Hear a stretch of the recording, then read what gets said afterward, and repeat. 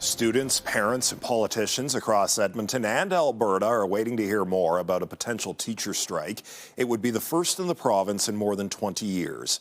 As CTV's Hogg reports, the potential consequences of teachers walking off the job would be far-reaching.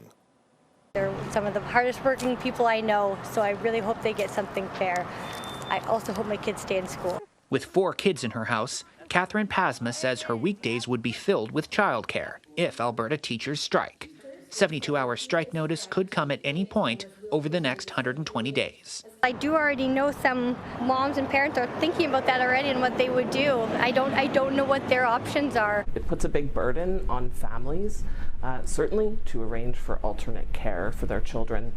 And this is not something that teachers would ever do lightly.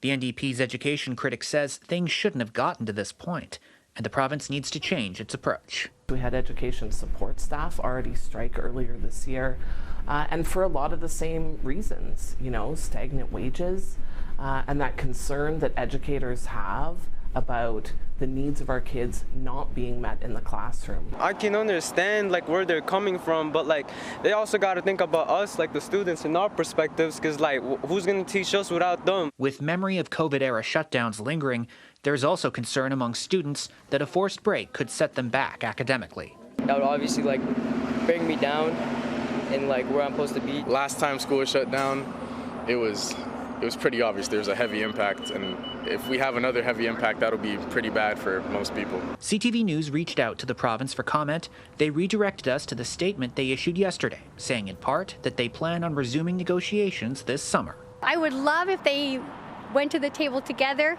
found a fair option for everybody. The ATA will be discussing its next moves Thursday and Friday.